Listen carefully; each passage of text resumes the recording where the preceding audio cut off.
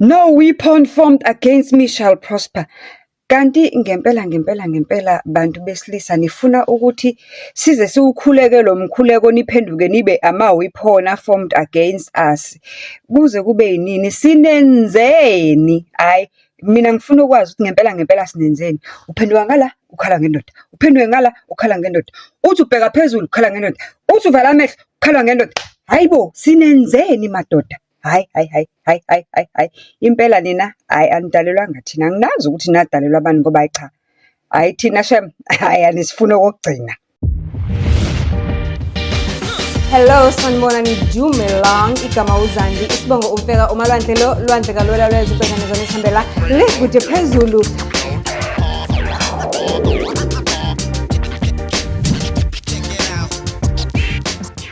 Do join. Uthi uGeli sisizandile naye eyami indaba ngiyacela ukuthi uyixoxe ngani ngoba hayi cha ngigileka igoda inhliziyo isatshutshuza kusadluza igazi isilonda sifresh futhi angazi ukuthi sizophola nini kanjani kodwa egcineni kosuku impilo kumele iqhubeke ngoba hey amadoda wona hayi awasithandi. Sanibonani, hello Dumelang, igama uZandi, sibongo umfeka umalwandle lo. This is It's a story time. It's a story time. Asithuleni sonke phela. How? It's a story time. It's a story time. Yeah. Njengoba ubona nje ngasho kwena ngathi mina ngizilile. Ngizilele bonke abafazi abagowayo, abanomgowo, abaphezwe umgowo ngenxa yamadoda.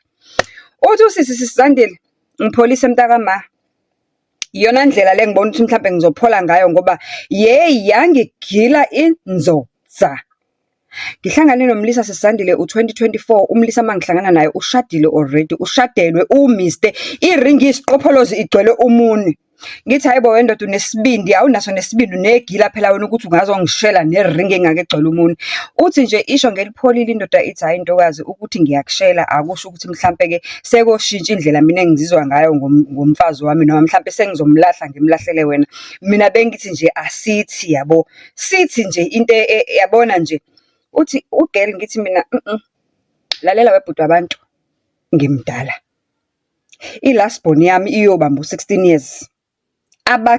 Ngaphambi kwayo bashadile wena usafuna ukungenza umakhwapheni. At my age I want something stable, I want something comfortable, and I want something healthy. So unfortunately I can't be with you. Unomuntu wakho wena zama ekhaya, hamba ekhaya kokwenu. Ungakhohlwa ke njalo ukusubscribe, ulike, ucomment, ushare, and sine channel entsha umacekeceke le channel le, it's called What's Cooking. It's a foodgasm channel. If you're a food lover, if you're a foodie, uthanda ukudla njengami, uzoenjoy because we'll be doing restaurant reviews, we'll be doing recipes, we'll be cooking, we'll be having osaziwayo kwezokupheka on social media platforms.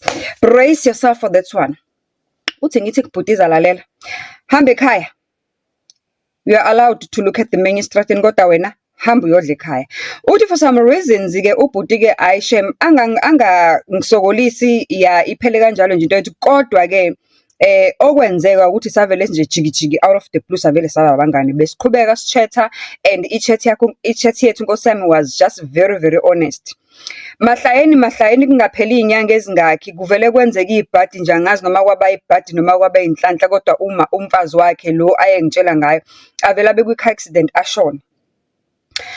Uthi ashone ke Nkosi yami ngixoxeleke le ndaba ukuthi hey ngihlele emanzini la owakwami lo esasikhuluma ngaye phela usevele wahamba wangishiya emhlabeni, so ngingedwa nje ungibona nje ngiyaqenqenqeza nje ngumtshingo ubethwa ngubani. Uthi hayi ngimduduze Nkosi yami awuncese kwakubi kanjani you know ke ukuthi how it's like umuntu when eba umngani wakho you do whatever you can ukuthi umcomforte.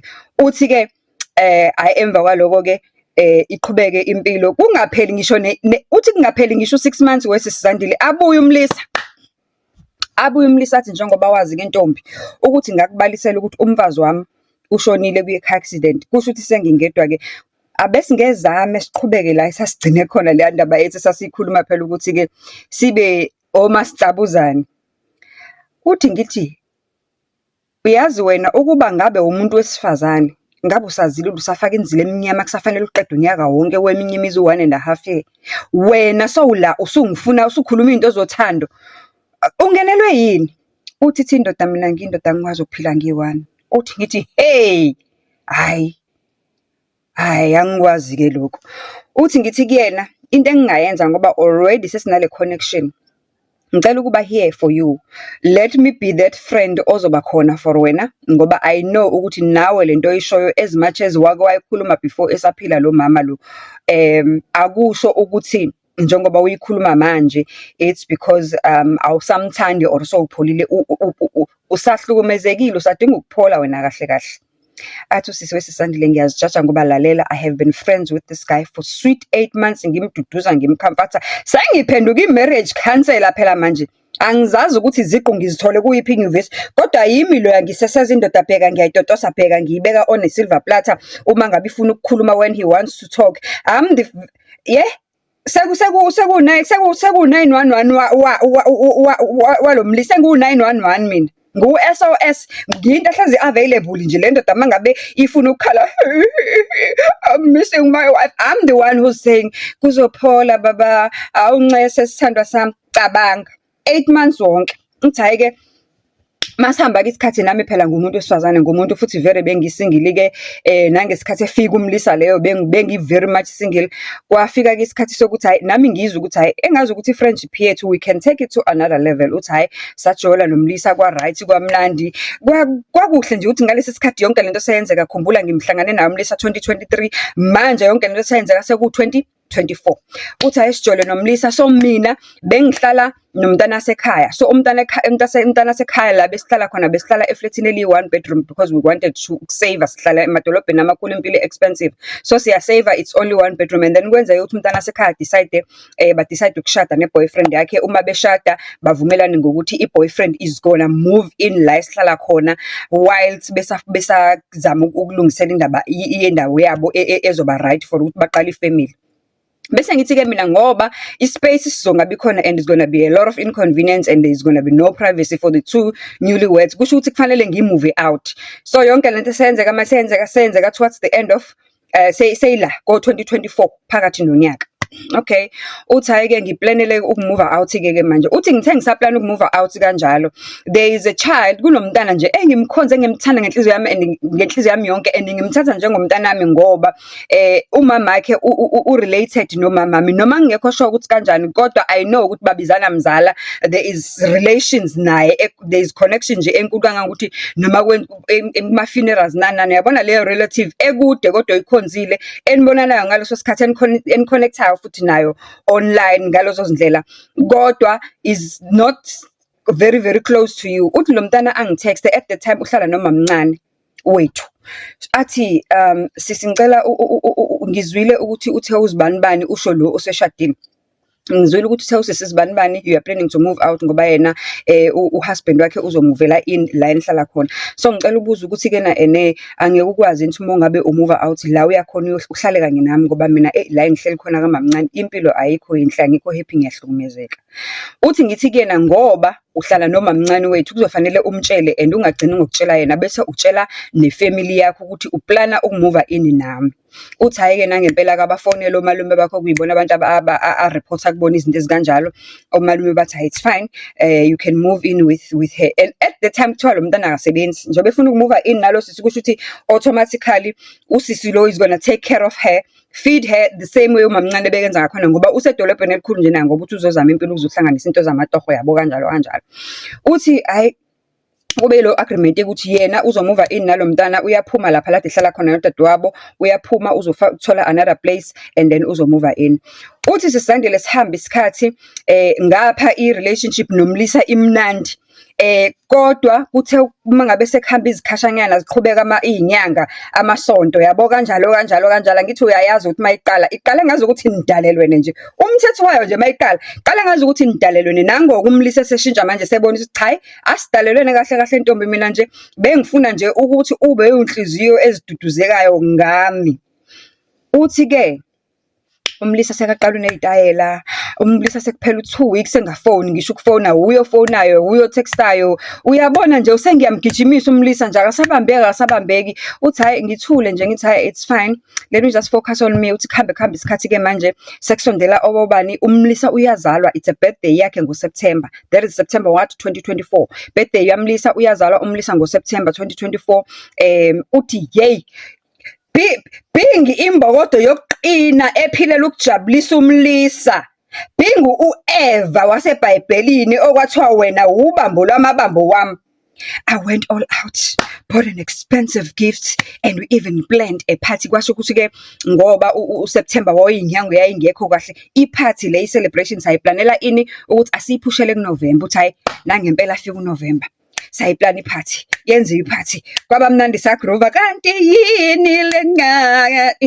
Yes, bagroova abantu bajive abantu ephathini. Uthi yabona ke lapho kulowo November, uNovember njengoba umude kanje, wawumude kanye nami, uhamba nami ngestraight line, ukhuphuka uya nami estressini sokuqala sokugcina, ngoba ila ngafind out akhona ukuthi uMlisa lo unenqwaba yama girlfriends, sispani la about 5 iyabantu engaba discover kuloyo birthday ababefikile ukusho ukuthi babemenywe uye uMlisa lo ukuthi lalelani izintombi zami, mina ngiyazalwa and intombi yami ingenzela iparty, nani nimenyiwe phela nikwazi ukuvaleleka ngapha. Uthi hayibo ama gift ayafika manje ayalakanyana, abantu bakhona ephathini, ngiyabona ukuthi khona into eyenzakalayo la, kunomshikashiko ohambayo la, kodwa ngazi ukuthi khambani and ngiyafuna ukuthola ukuthi khambani.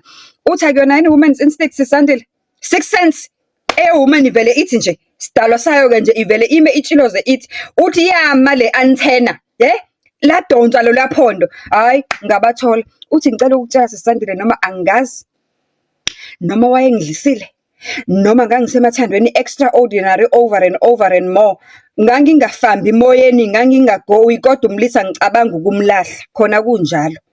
Kodwa instead into engayenza ngaswisha lo umshini ogaya ipapa, ngathi angibuke ukuthi kuzokwenzakalani la, kanti angazange ukuthi okukhulu kuyeza kuyanyelela.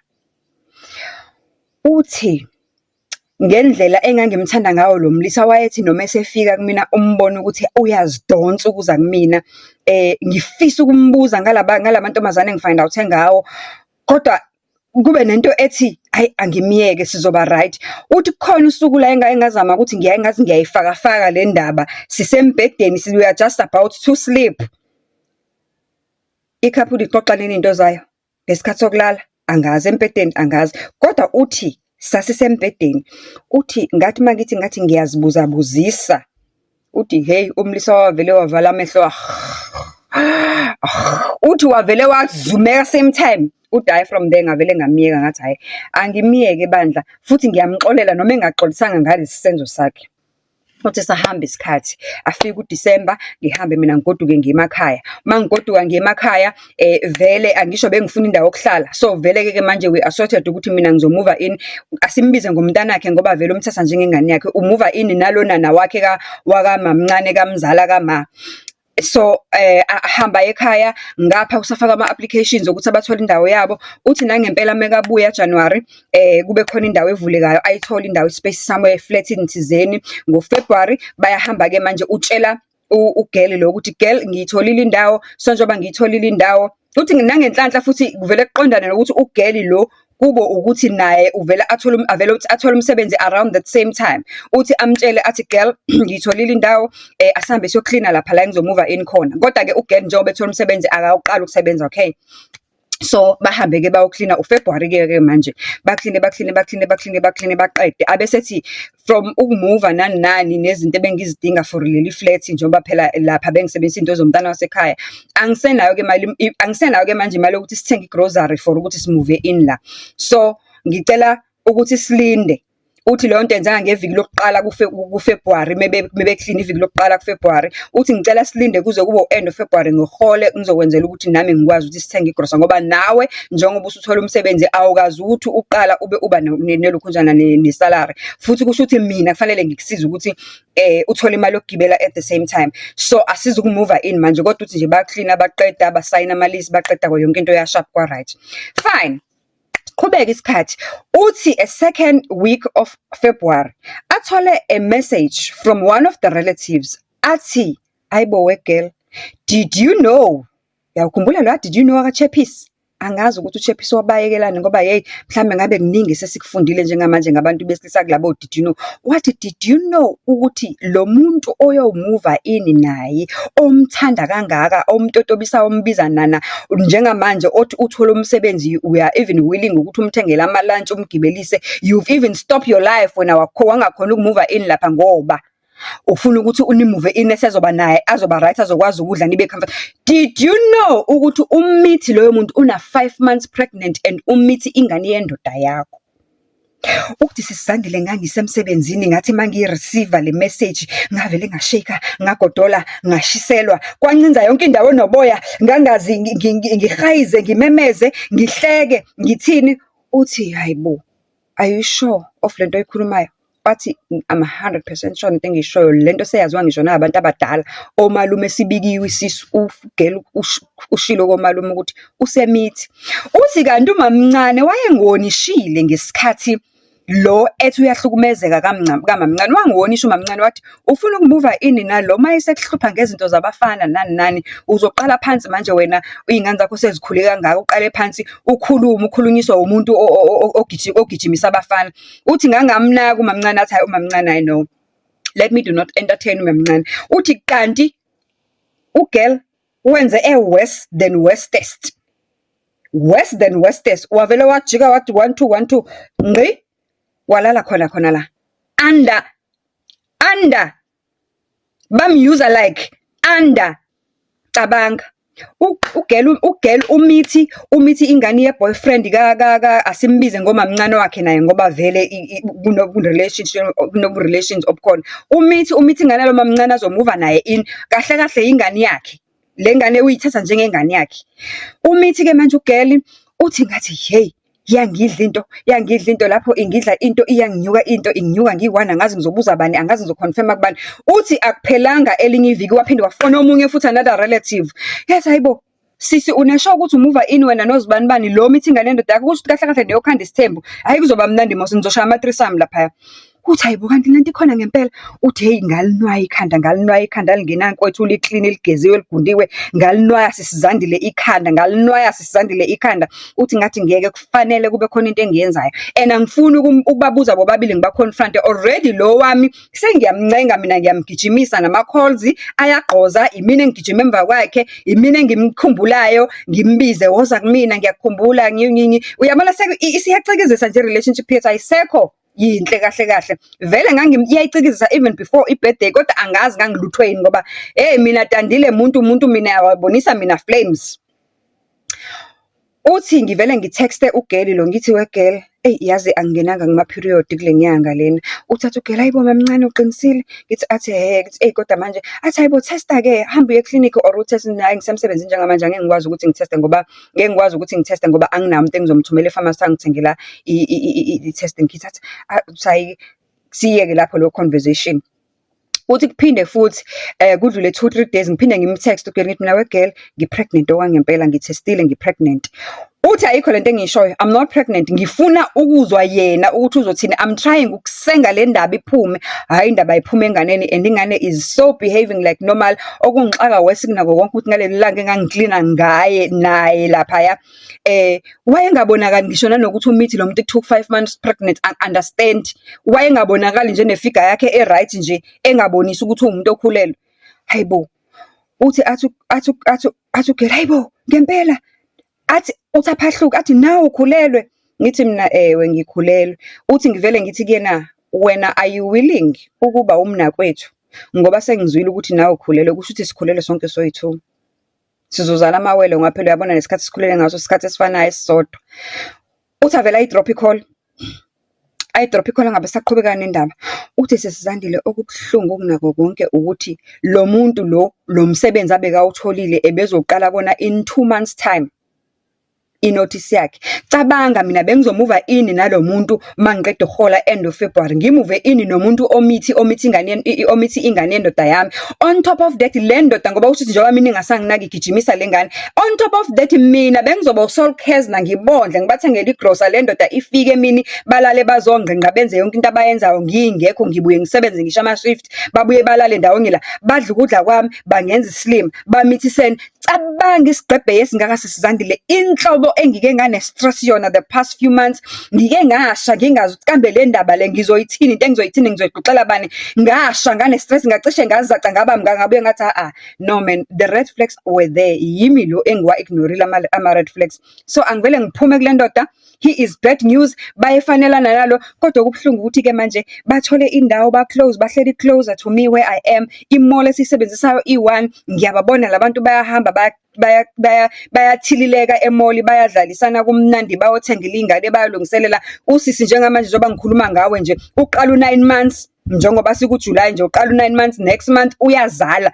Uthi sisizandile, yo bekuye kwenzeke ngithi qim ngoba ngisebenza on the same mall, ngithi mangithi qi emall ngiyahambela nje nge-lunch time, ngithi qi ngabo bangihlangane nabo. Uthi uyazi umuntu ongafuna ukumbona ukuthi awuve uhlangana naye kalula. Uthi nje vele ngithi ngabo ngijika indlela ngihambe, labo bayahamba bayasitola, bayahleka kumnandi. Yo lapho mina indoda ingigowiseni. To think ukuthi ukuba kuthiwa le ndoda bengingabala ukuthi umjolo from 2024 ngabe ngijolile nayo le ndoda. Uyeke-ke lo waka 2023 ngoba ngathi hamba kaya uyodla imenu yasekhaya kumfazi wakho. Kusho ukuthi mina ngabe ngibala how many years nendoda ejike yalala nomntana ofana nengane yami kumina, oyingane yami kumina, ebengi-willing ukumthatha under my ikhwapha lami, ngimnakekele, ngimseseze aze abe right empilweni. Kusho ukuthi le ndoda phela mos njengoba umntana ami ezothena 16 nje, eyisibutubutu esidudle si-fresh, le ndoda ibingeke icabange kabili ukulala nengane yami. Yazi it's good riddance kahle kahle ekugcineni kosuku, kodwa nje yey, angifuni ukungasho, angifuni umjolo, umjolo uyangisa, asihlekeni-ke ngoba usephumile kule ndaba. Wena lo wakho umjolo ukuphethe kanjani? Engikwaziyo ukuthi amadoda hayi wona awasifuni, angazi siwenze. Madoda sinenzeni? Ake nisho kuma-comment kanti sinenzeni, nifunani?